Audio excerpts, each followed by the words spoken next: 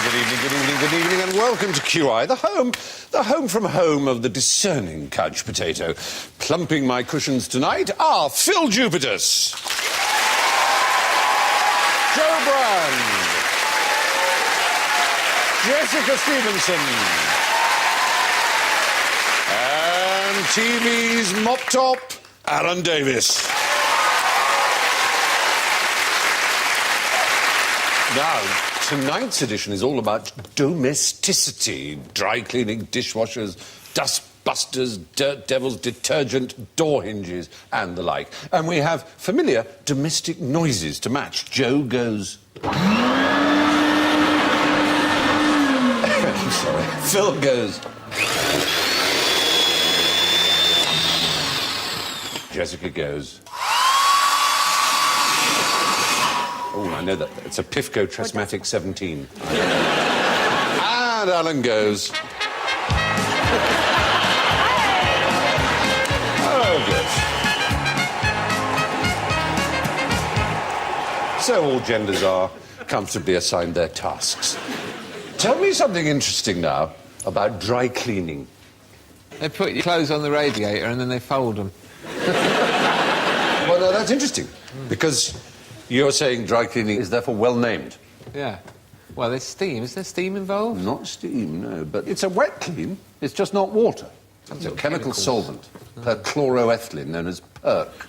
Dry cleaning is actually something spies do, isn't it? The sort of procedures they go through to try and find out whether they're being followed or not. Well, I'll give the young lady girl some points. Absolutely right, yes. They do sudden U-turns when they're driving, and they dip into shops and go out the back exits and Check so on. whether an umbrella's just about to go up their arse. That kind of thing, exactly. And they call it dry cleaning for some reason. So while we're on the subject of dry cleaning materials, what use did Ray Davis have for 100,000 gallons of dry cleaning fluid in 1964? Had the kinks run out of crack? Not that, I don't think crack had been invented in 1964, but there is Ray. You're no relation, are you? No relation that I know of. No.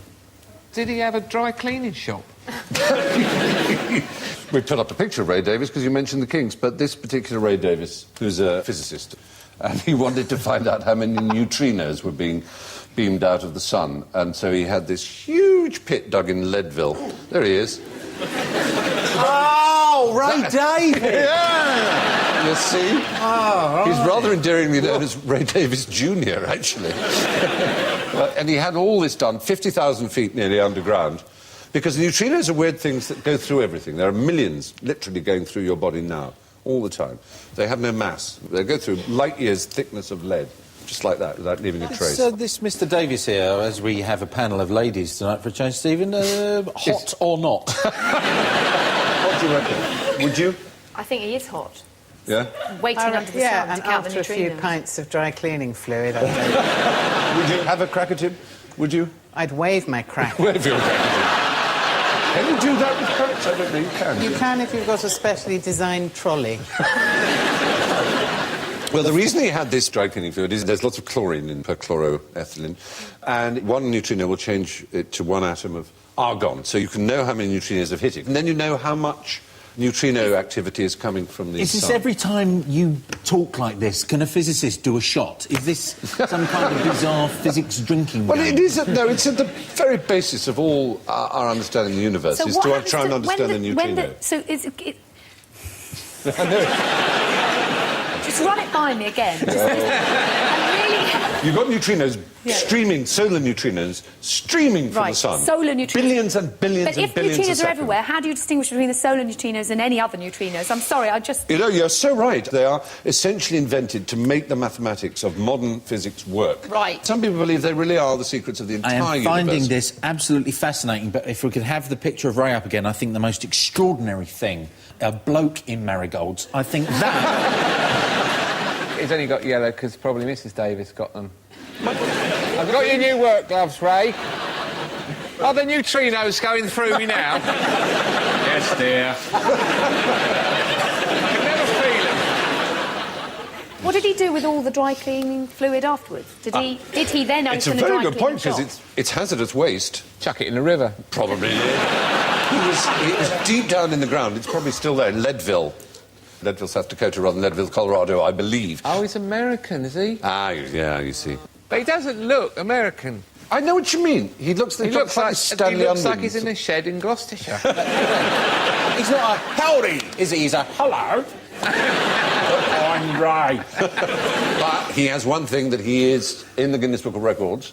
The biggest penis in physics. Oh, dear. No.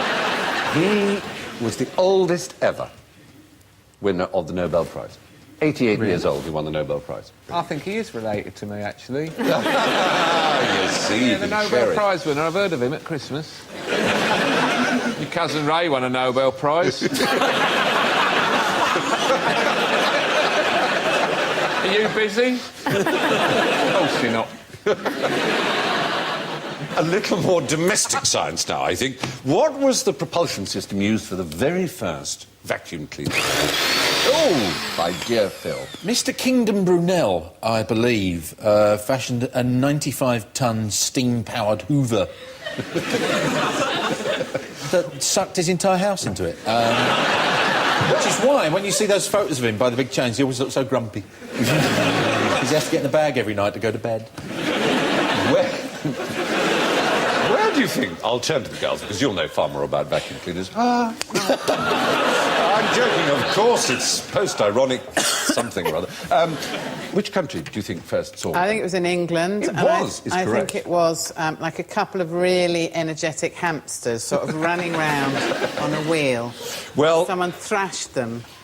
They were horse-drawn. The horses weren't actually powering the vacuum. Horse-drawn The first Hoover? one was a horse-drawn Hoover. Why would that be, do you imagine? Is it farming related? Not farming related. It was simply that they were so vast. You couldn't sell an individual one to a house. It was a cleaning service done from the street. Obviously, the hoses went in through the window. And the clever thing was he had transparent tubes, so everybody would gather around and watch the dust being sucked in and go, ooh, and ah, and hurrah.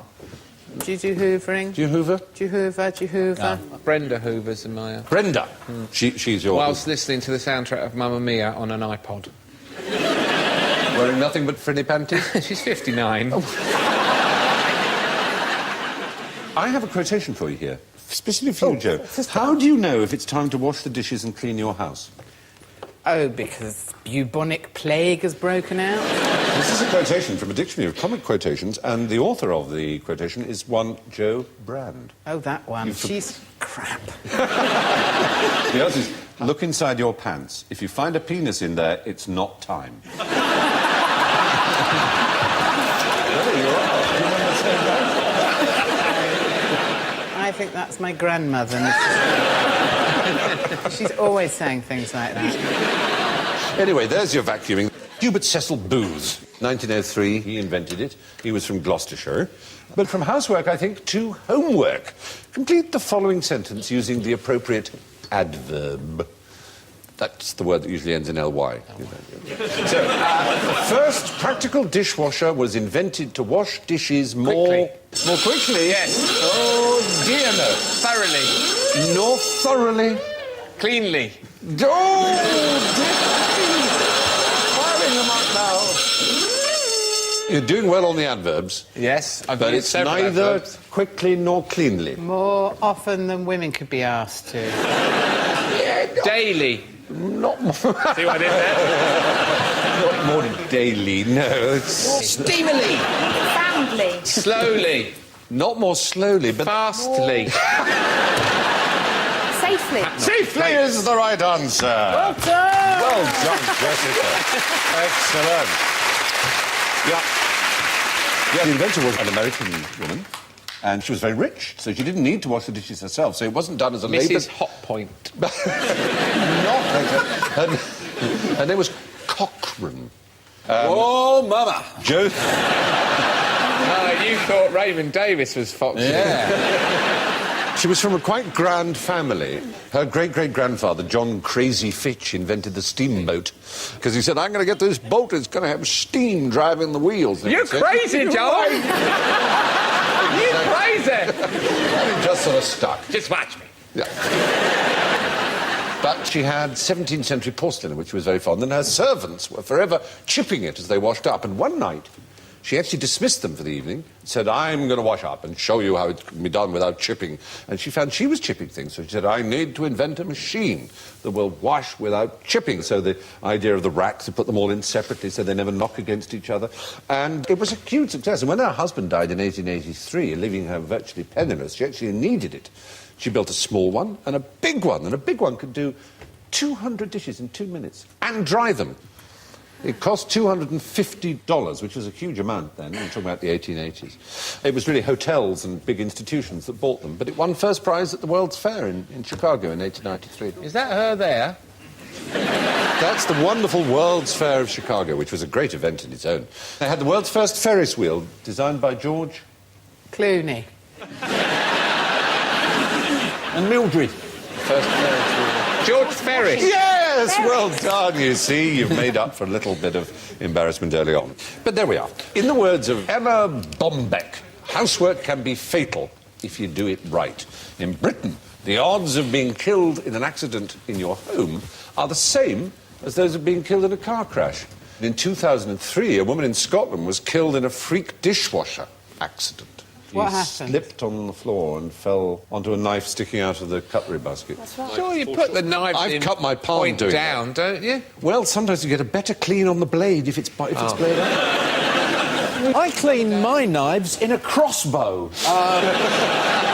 Some people say it's foolish. I put them in the Hoover and set it on blow and then just shoot water at them around the kitchen as I sit with a plug, bare wired at my feet, peeing on it. Gotta get a better clean. What was the second commonest cause of death for women up to the year 1800? Yes. Kestrels. What a wild stab in the dark. Childbirth. Childbirth was number one. Oh, right. Very good that you... Was Kestrels number 2? It was number 2 I was asking for, and I took that to be your answer first time round. Was it dehydration from having to lick the carpet clean because hoovers haven't been invented? Were these deaths at night? Because I could go with owls. Let me say, it's no kind of bird of prey. Not even a swan. Not even... No. Swans flying at women really hard. What a... With stiff necks. Until they went through their bodies like a javelin. No. Women lying all over the British countryside with I swans. know. Riding accidents. No? No. Was it horse riding accidents? No, that's, if I may say so, a great deal more intelligent, and I don't mean that in a patronising Beaten way. to pulp by the husband. Oh, hello. No, domestic violence was not it. It was Beaten to a domestic. pulp by their sons. That would still be domestic violence. Falling Was down the it stairs. being ducked It was as a witch trying to do down something. there? It was engaged in a domestic Cooking. activity. Cooking is the right answer, yes. Death by cooking. Yeah, largely because their dresses would catch fire. I don't know why that's funny, but it is. The second most common cause of death. After childbirth, amongst What happened to you? Set light to herself in a... I bet a lot of their husbands came in and went, blimey, that's a big roasty. Well, a quick scoot round now. Some handy household hints that I want you to help me with. Joe, what's a good way to create the impression that you've cleaned the house when you haven't? Just lock the door and kill everyone. This is to create that awful word, freshness. Open the window? Well, you'd think, frankly, that is... Drink some lavender water and have a piss. Every time you get a minicab home, nick the little tree off of his mirror. I'm no fan of this tip, and it only works in the autumn and winter months. You spray or apply furniture polish to a radiator, and it fills the room with the smell of furniture polish. These hints are either from a book called Trade Secrets by Catherine Lapworth and Alexandra Fraser, or from Super Hints by I know the lady... those two. Do you know... The slags, the pair of them. What do you know? There's a book called Super Hints by the Lady Waddington. Yeah, I know her. Do you know the Lady Waddington? She's a bitch. So, you know, let's get on to more practical All right, OK, applications. Jessica, we'll try this one. How would you treat silk like spaghetti and vice versa? What, store it in a jar? Or There's cook something it you can with do to each of them. bolognese? Throw it against the wall, see if it sticks. Ah! But what sort of wall? Kitchen. A kitchen wall. Take it round the house and find the door. Can I come in? What if I come in? Your dinner's ready.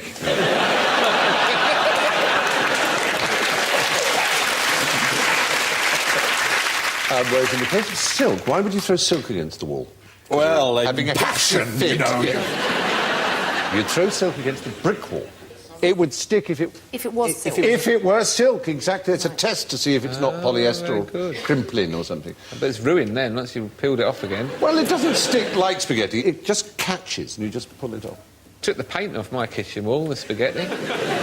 Yes, but the silk wouldn't take anything off your brick wall. That's all vice versa. Nonetheless, Brenda wouldn't chance it now. No. If she saw any silk stuck on the wall, she'd leave it. So, Phil, what would you clean with A, a stick of rhubarb? Dog's arse, next.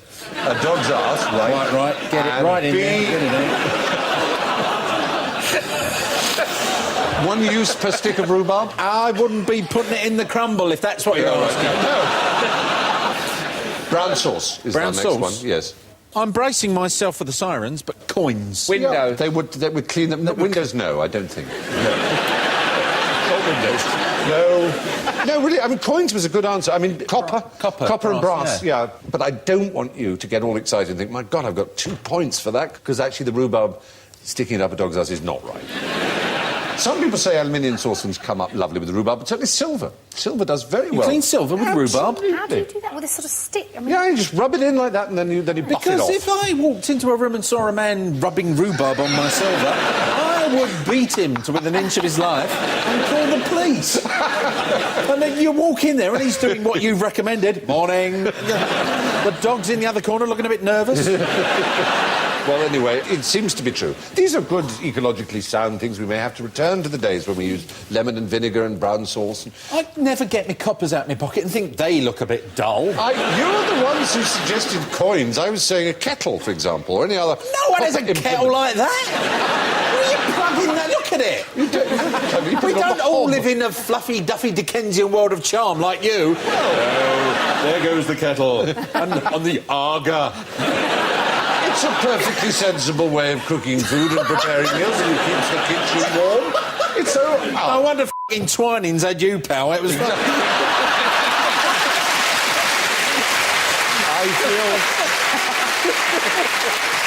I feel a man of copper kettles and proper porcelain tea. China. England. Cricket. Can you do an advert where you're cleaning a kettle with some brown sauce? I jolly well will now. Stephen Fry for HP.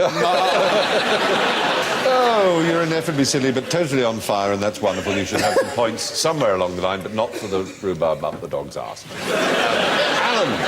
Alan, your chance to shine, but not in this case kettles. What is the cheapest way to remove bloodstains from clothes?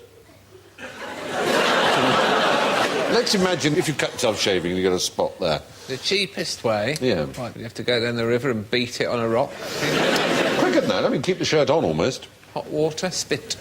Oh, you're right. Your own saliva. Yeah. Suck it out. Can I just say I'm so impressed you've got a picture of my husband in our fantasy sex.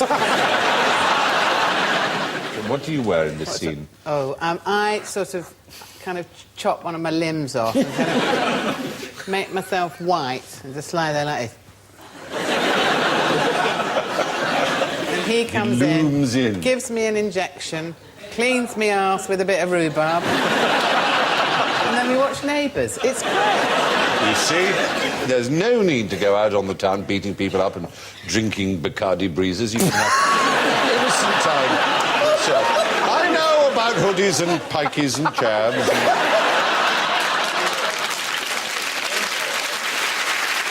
Now, ladies, put up your feet a moment, because this one's for father and younger son only. So,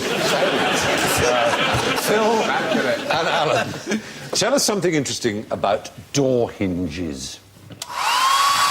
door hinges used to be made out of wood. Yes. But they weren't very effective. And so then they started making them out of metal. And it's got a lot better since then. You can clean them with brown sauce. Well, that's true. That is true. Have you ever hung a door on its hinges? Have you ever fitted hinges to a door? Yeah, we have. We have. You We have? both- yeah. Yeah. All right, so how do you space the hinges out? Let's say the top hinge is Yeah. 6 inches from the lintel. Yes. where would the bottom hinge be? 6 inches from the floor? No, it would be that he's actually lower. taking seriously that we really have hung doors. I have hung a door. Oh, she has really hung a door. I've hung a I've probably bloke. hung it wrong. Yeah. The point is this. Let's say this is the jamb. So the up one, that's 6 inches from the top, but that's 9 inches up. In order to create the effect of them being equally spaced, because you're always looking down at the bottom one, and there's foreshortening.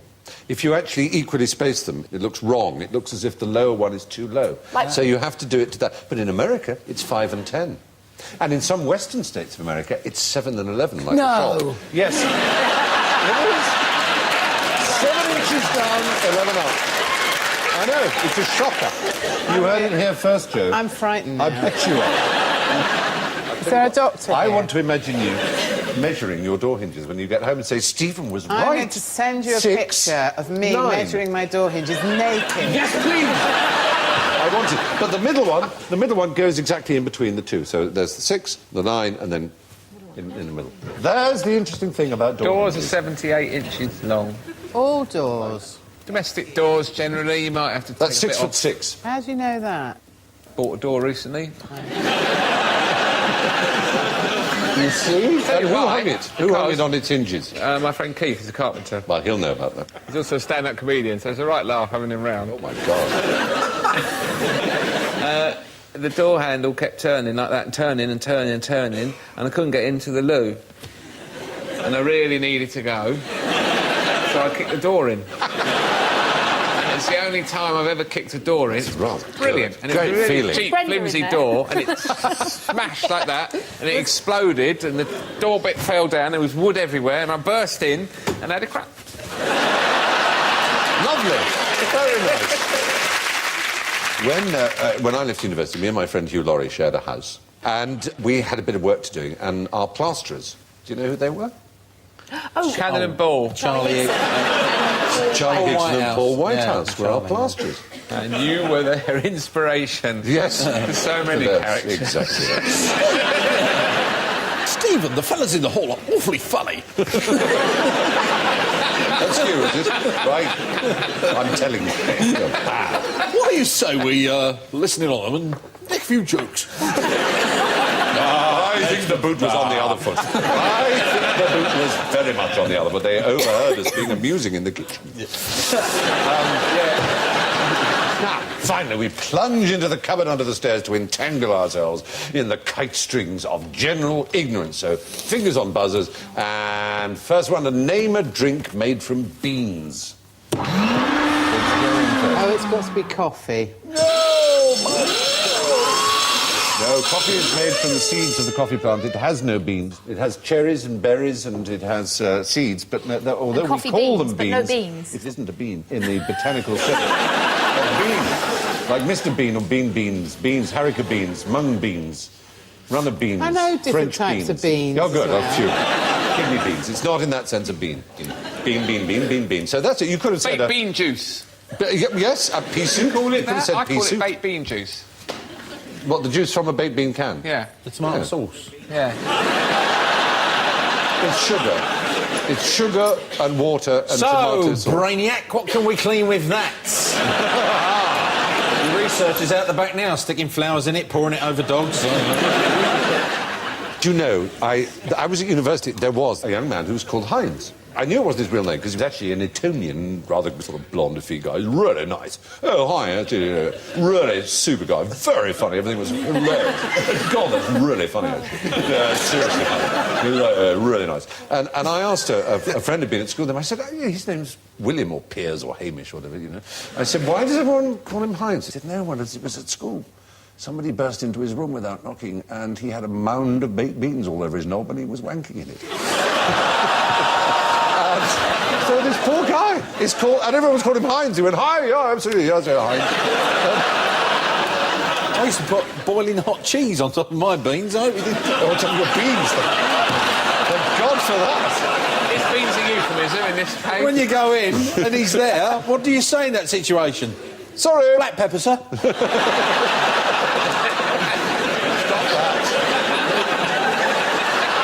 What kind of culinary accident do you have to have to discover the pleasure of the beans and the old fella. He spilt it in his lap. He just sat down to watch the telly.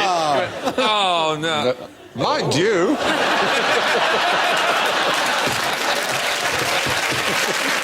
Oh, hell. So, yes, pea soup, you could have said, of course, is something you drink that's made from beans. Coffee is really a fruit and made from seeds, not beans. Now, have you ever slid down a banister? Yes.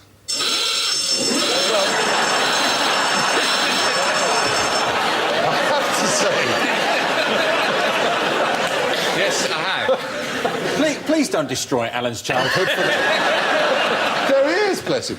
Yes, the point is this, that the little thin up and down is our balusters, sometimes wrongly called banisters, and the bit on the top is the balustrade. So you should be sliding down a balustrade, not a banister.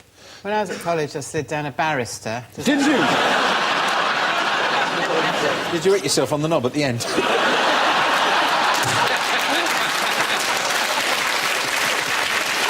Very good indeed. Anyway, and now, for 200 points, what did Wordsworth smell? Well, daffodils, obviously. Oh, dear, that's minus. Clouds. He smelt clouds. Smelt clouds? No, he didn't. When he wandered lonely as one, he didn't, no. The answer, I'm afraid, is nothing. He was anosmic. He had no sense of smell at all. He could not smell anything. Yeah, it was Robert Southey and various others reported on this. He had no Is that why sense he's of smell. looking kind of worried? He is looking very worried there. Well, what does it smell like? He only makes 2 references to smells in all his poems. You can be congenitally anosmic, or you could get it from a bang on the head, or occasionally from vitamin A deficiency. So it's time, ladies and gentlemen, one and all, to look at the scores. Do you know, for the first time on the show, and she's the outright winner with -3, it's Jessica Stevenson! Phil comes in second for the men with -4! And Joe, third place with -18. Oh! That means the man who'll be cleaning the studio and waxing the floor is none other than Alan Davies on -64.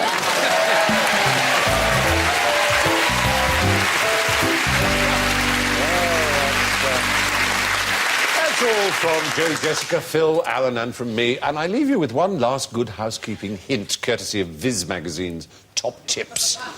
Press Rice Krispies into the treads of your car tyres for that expensive gravel drive look. Happy hoovering. Goodbye. Thank you very much.